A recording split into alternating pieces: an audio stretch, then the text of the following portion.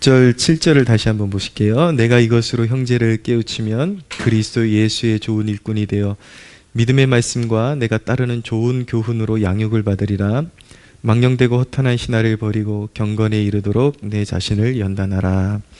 6절에서 7절을 요약하면 예수님의 좋은 일꾼은 순전한 말씀을 소유한 사람이다 라는 메시지를 담고 있습니다.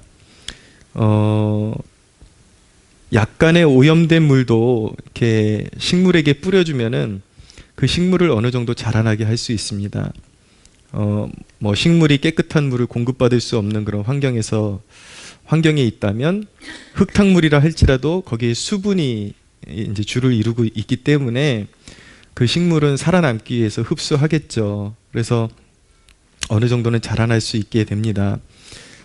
말씀도 우리가 근본적인 기독교 진리에 합당한 요소 몇 가지만 갖추고 있다고 하면 사실은 거기에 조금 오염된 그런 요소가 있다 할지라도 극한의 상황에서는 정말 목마른 영혼들에게 그런 말씀이 그 영혼들을 이렇게 어느 정도는 자라나게 할 수 있는 영향력을 끼칠 수 있는 것은 사실입니다. 그렇지만 그것이 영적인 경우에는 참 무서운 것이 오염된 그런 말씀, 약간의 그런 균형이 깨지고 잘못된, 그러니까 전체적으로 이렇게 어떤 기독교 진리에 합당한 요소가 들어 있음에도 불구하고 그런 말씀에 오염된 요소가 끼어서 계속 선포되고 그것을 받아먹게 되면은 몸에 알맞은 신앙적인 그런 몸에 알맞은 균형을 주지 못하기 때문에 기형적인 신앙관을 이제 형성하게 됩니다. 예를 들어서 사람의 몸으로 따지면 머리에 적당한 크기가 있고 손발에 적당한 크기가 있기 마련인데 기형적으로 성장해갖고 머리만 있다만 하든가 아니면 어떤 그 큰 집게 있잖아요. 한쪽 팔만 굉장히 큰, 오른손만 굉장히 큰 집게를 가진 그런 개가 있지 않습니까? 이렇게 바닷개인가요? 뭐 소라게 같은 거, 한 손만 엄청 큰 거. 예, 신앙 인격이 골고루 성장하고 그 부위가 합당하게 성장해야 되는데 그런 오염된 메시지, 균형이 깨진 메시지를 자꾸 이렇게 듣고 성장하다 보면은 그런 기형적인 그런 어떤 신앙 인격을 소유할 수밖에 없게 되는 것입니다. 개 중에 보면은 정의에는 굉장히 그 사로잡혀 있는 사람들이 있어요. 특별히 막 어떤 정치 논리에만 함몰되어 있는 사람들, 그리고 뭐 한국교회의 그런 어떤 뭐 배도의 심각성 뭐 이런 것에 이렇게 집중적으로 그 메시지만 이렇게 듣고 살아가는 사람들 같은 경우를 보면은 굉장히 정의감은 있지만 상당히 제가 만났던 사람들 중에 상당수가 그들의 삶 가운데 거룩도 없고 교회를 섬김도 없는 사람들이었습니다. 그러니까 한쪽만 지나치게 커가지고 전인적으로 하나님의 교회에 필요한 그런 일꾼으로서의 사명을 감당하지 못하는 모습을 보이고 있는 것이죠. 그리고 어떤 사람들은 또 이런 우리에게 그 공인된 성경을 또 거부하고 어떤 자기네들이 또 주창하는 그런 성경 번역본만 이것이 진리다, 이것만이 하나님께서 허락하신 성경이다 그러면서 한 성경 번역본에 빠져서 이렇게 함몰돼서 살아가는 그런 사람들이 있는데, 그렇게 신앙생활을 하다 보면은 어떤 치우친 주제를 이렇게 중심에 놓았기 때문에 자기들이 알고 있는 지식에서 좀 다르거나 좀 이게 의견이 다르면 굉장히 부정적이 되고 자기들밖에 모르는 배타적인 신앙이 되고, 그리고 굉장히 논쟁적이고 부정적인 그런 습관을 이렇게 그런 태도를 갖는 신앙관을 형성하게 됩니다. 그러나 베드로전서 2장 2절에는 갓난아이들 같이 너희들이 순전한 젖을 사모하라 라고 말씀하고 있습니다. 그러니까 그렇게 치우친 말씀이 아니라 전인적으로 균형 잡힌 말씀, 그런 말씀을 받아먹고 자라나야 된다라는 말씀인 것입니다. 그래서 제일 좋은 태도는 무엇이냐면 성경 말씀 그대로를 단순하게 적용하면서 신앙 인격을 쌓아가는 것이 참 중요합니다. 물론 정치도 중요하고 시대의 영적인 그런 악한 흐름을 구별하는 것도 중요하지만 어떤 한 주제, 또 어떤 경우에는 어떤 미디어에 그런 숨어 있는 그런 사탄의 전략, 막 이런 어떤 부분에 있어서는 우리가 알 필요가 있는데 너무 거기에 집중한 나머지 모든 성경을 다 그쪽으로 연결시켜 가지고 어떤 편향적이고 잘못된 신앙관을 그렇게 소유하는 사람들이 있죠. 결코 건강하지 않은 것입니다. 그래서 우리는 하나님의 말씀이 전인적으로 모든 성경이 말씀하는 모든 부분이 골고루 섭취가 돼가지고 그 성경이 주시는 진리의 그 기준을 가지고 정치도 바라보고 교회의 어떤 그런 영적인 어둠도 바라볼 줄 알아야 되고 다 두루두루 경험하면서 그러나 그런 부정적인 것, 잘못된 것만 이제 깨닫는 것이 이 하나님의 말씀의 목적이 아니라 우리가 말씀으로 양육받는 목적, 그리고 교회가 말씀으로 양육하는 목적이 무엇이 있습니까? 말씀으로 하나님의 뜻을 분별하며 믿음을 세우고 선한 일을 하는 하나님의 사람으로 세우기 위함이라는 걸 한순간도 잊지 말아야겠습니다. 그래서 항상 말씀이 골고루 우리의 그런 전인격에 스며들고 우리의 삶의 모든 영역에 하나님의 말씀이 어떤 교훈을 가르치고 있는지를 다 관심을 가지고 그것을 받아먹고 섭취하면서 전인적으로 성장하려는 그런 노력이 우리에게 필요하다라는 것입니다. 그래야 예수님의 좋은 일꾼이 되어서 하나님 나라에 귀하게 그 말씀으로 하나님 나라를 세워가는 좋은 일꾼이 될 수 있다라고 그렇게 오늘 말씀이 가르쳐주고 있는 것입니다. 하나님의 말씀을 삶에 적용하는 데는 치우침이 없어야 하는 것입니다. 이어지는 말씀은 우리 신앙이 영향을 미치지 못하는 삶의 영역이 없어야 함을 또한 가르쳐주고 있습니다. 8절을 보십시오. 육체의 연단은 약간의 유익이 있으나 경건은 범사에 유익하니 금생과 내생에 약속이 있느니라 라고 말씀하고 있죠. 자, 경건은 범사에 유익하대요. 금생과 내생에 유익하다라고 말씀하고 있습니다. 그런데 나름대로 이 교회 안에 보면은 건강한 진영에서도 치우친 교훈이 끊임없이 대립해 왔다라는 것을 우리가 발견하게 됩니다. 어떤 부류는 금생의 축복만을 너무 지나치게 강조하는 부류가 있습니다. 특별히 이렇게 가난에 쩌들었던 사람들이 모여있는 그런 교회들 보면 금생의 축복, 기도해서 많은 것들을 성취하고 이루고 소원 성취하는 것, 이런 것들에 너무나도 지나치게 집중되어 있는 것을 보게 되고요. 어떤 부류는 내생의 축복만을 강조하는 그런 부류들이 있습니다. 그래서 그들은 이 세상에서 하나님의 축복을 지나치게 거부하고 그리고 오직 죽어서 천국 가는 데만 모든 포커스를 맞춘 나머지 이 땅을 살아갈 때에 하나님과 동행하는 삶 속에서 누릴 수 있는 영적인 축복들을 부정하고 간과해버리는 그러한 부류들이 이제 서로 대립하고 있는 것입니다. 그러면서 금생의 축복을 강조하는 부류와 내생의 축복을 강조하는 부류가 사실은 뗄래야 뗄 수가 없는 사이인데 이것을 서로 떼어가지고 서로 대립하게 만드는 그런 가르침이 한국교회에 만연해 왔다라는 것을 알게 되는 것입니다. 왜 그런 일이 벌어졌을까? 대부분 그렇게 한쪽 면을 강조하는 이유는 어떤 부작용에 대한 반작용으로 또 다른 방향으로 치우치는 그런 경향이 이제 생기게 되는 것입니다. 예를 들어서 금생의 축복만을 너무나도 강조하는 것들이 이제 너무 이렇게 번영신학 이렇게 너무 현세적인 축복에만 너무 강조하는 것이 이제 어떤 부작용으로 드러나니까 한쪽 부류에서는 그거 다 틀렸다 그러면서 오로지 내생의 축복만을 강조하는 부류가 일어나게 되는 것이죠. 균형이 깨진 것이죠.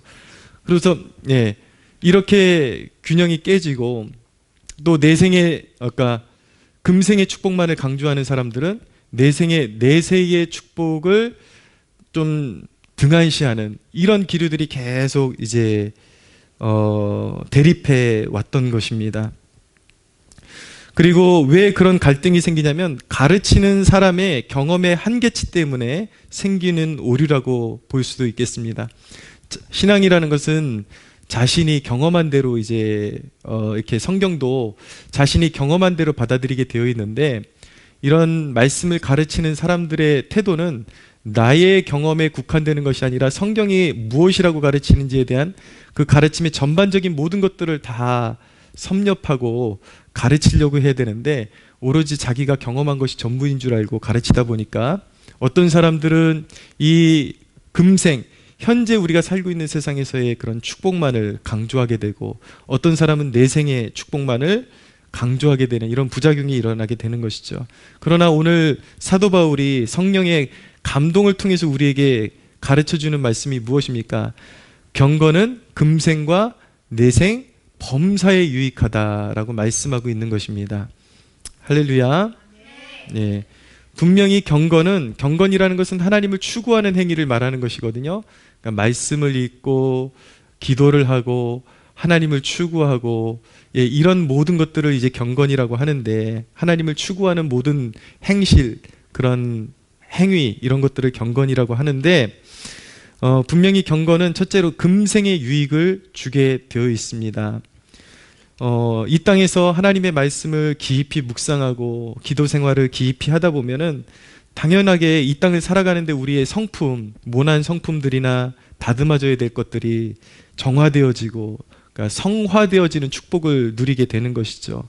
이전에 더 날카롭고 굉장히 그 혈기가 많았던 사람들이 점점 하나님의 말씀을 깊이 묵상하고 회개로 들어가는 중에, 회개를 통해서 그 말씀을 계속 곱씹고 기도하는 중에 그런 나의 그런 타고난 성품들이 다듬어져야 정상인 것입니다. 그래서 성화를 이루어가게 되고, 또 그 경건을 통해서 우리의 삶에 어떤 문제를 돌파하게 되고, 그리고 순종으로 이 땅에서 좋은 열매를 맺게 되는 것입니다. 어저께 우리 교회 예배당을 인테리어 했던 그 부부가 잠깐 마침 이 근처에서 또 리모델링 하는 그런 이제 업무를 맡게 돼가지고 우리 교회에 잠깐 방문하게 되었습니다. 그래서 이 부부가 간증을 하는 내용이 무엇이냐면, 결혼을 하고 아이를 가졌는데, 사내 아이를 가졌는데, 아이의 그 엄마 뱃속에 있는 아이의 상태를 보니까 이 아이가 태어나면 기형을 가지고 태어날 가능성이 90% 이상 될 것 같다라고 병원에서 그렇게 소견을 이야기했다라는 거예요.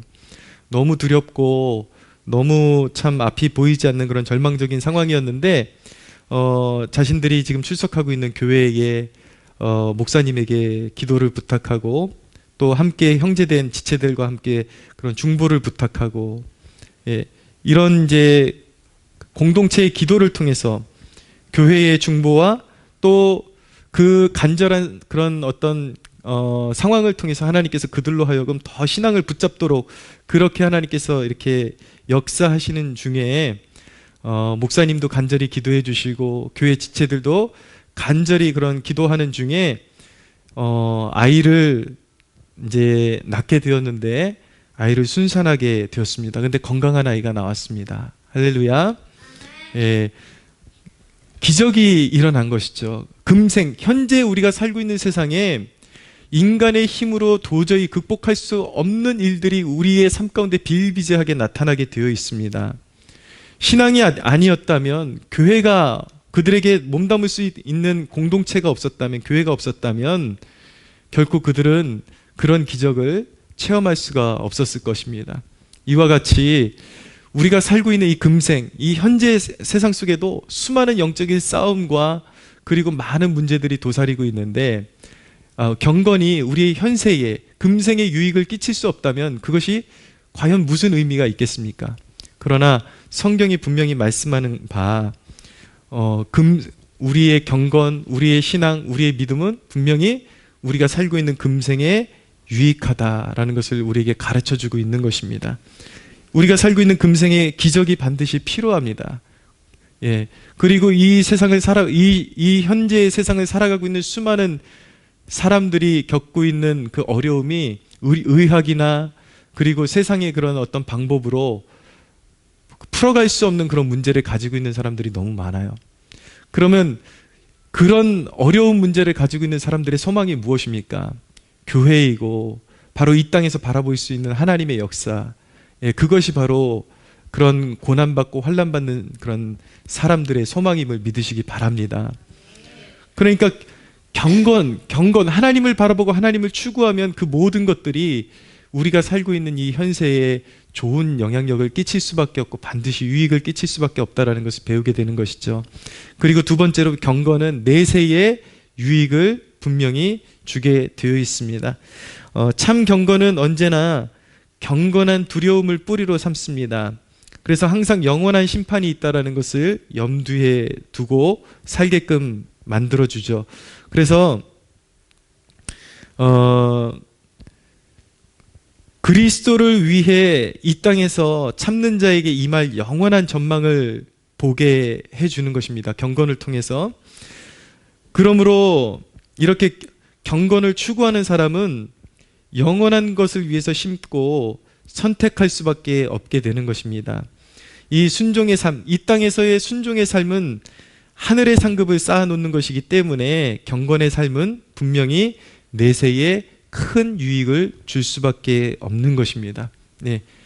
쉽게 말하면 이 땅에서 어떤 태도를 가지고 어떤 믿음을 가지고 무엇을 심느냐에 따라서 우리의 내세가 결정되기 마련인 것이죠. 여기서 예수님을 향한 진실한 믿음을 가지고 그 믿음이 있다면 하나님 나라를 위해서 심어야 하늘의 상급을 우리는 내세에서 받아 누릴 수 있게 되는 것입니다. 할렐루야. 그래서 경건한 삶은 반드시 내세에 좋은 영향력 그리고 유익을 줄 수밖에 없다라는 것을 성경이 말씀하고 있는 것입니다. 생각해 보십시오. 금생과 내생이 어떻게 분리가 될 수 있겠습니까? 내생을 사모한다고 하면서 금생에서 방탕한 사람이 어떻게 내생을 누릴 수가 있겠습니까? 믿는다고 하면서 이 세상에서 방탕하게 살고 늘 육체의 쾌락을 위해서 살던 사람이 어떻게 내생을 누릴 수가 있겠어요? 금생과 내생은 뗄래야 뗄 수가 없는 것입니다. 내생을 위해 경건에 힘쓰는 사람에게 어찌 금생의 좋은 열매들이 없을 수가 있겠습니까? 내생을 지향하면서 이 땅에서 선한 일을, 하나님의 영광을 위해서 선한 일을 많이 하게 되면은 당연하게 금생에서 하나님께서 좋은 열매들을 삶 가운데 나타내 주실 수밖에 없는 것입니다. 여러분, 그렇기 때문에 신앙은 전인적인 성장을 추구해야 하는 것입니다. 몸과 영이 따로 노는 것이 아니에요. 영적인 것을 추구한다 그러면서 몸이 막 살아서 되는 것이 아닙니다. 영적인 것을 추구한다 그러면 몸도 경건한 삶을 추구해야 하는 것입니다. 교회와 가정이 따로따로 떼어질 수 없는 것입니다. 교회는 영적이고 가정은 세상적인 것이 아니라 교회가 영적이면 우리는 가정도 영적으로 살아내야 하는 것입니다. 교회와 일터도 경건해야 되는 것이죠. 거룩해야 하는 것입니다. 성도의 교제와 가족의 돌봄, 성도의 교제가 중요하듯이 성도에게 있어서는 가족을 돌보는 일도 영적인 일이다라는 것을 알아야 되는 것입니다. 금생과 내생, 이것은 뗄래야 뗄 수 없는 관계로 묶여 있다는 것을 알아야 하는 것입니다. 여러분, 이 모든 것들, 우리의 육체와 우리의 영혼 그리고 금생과 내생, 이 모두가 하나님께서 받으실 만한 것이 되도록 우리는 살아야겠습니다. 할렐루야. 여러분, 내생이라는 것은 우리 그리스도인에게 있어서 궁극적인 목적지인 것입니다. 그러나 그 내생을 추구하는 것이 오늘의 영향력을 미쳐서 금생을 하나님 앞에서 복되게 사는 것, 그것이 바로 경건의 목적임을 깨닫고 믿으시기 바랍니다. 우리는 내세를 바라보면, 궁극적으로 갈 천국을 바라보면서, 그 땅을 바라보면서 이 땅에서의 삶이 내생에 깊은 영향력을 끼친다라는 것을 우리는 믿기 때문에 금생을 하나님의 영광을 위해서 부지런히 살아야 하는 것입니다. 그렇게 부지런히 하나님의 영광을 위해서 좋은 것들을 심다 보면은 반드시 금생에서도 좋은 열매를 맺고, 우리가 죽어서도, 그리고 그 내세에 천국에 우리가 들어가는 순간 영화를 이루고 하나님께서 하나님의 자녀들에게 주시는 영적인 유업을 이어받는다라는 것을 꼭 기억하시기를 바랍니다. 성도 여러분, 치우침이 없는 잘 익은 그런 열매로 우리의 삶이 전인적으로 잘 익은 열매로 세워지는 그런 복된 성도들 되시길 예수님의 이름으로 축복합니다.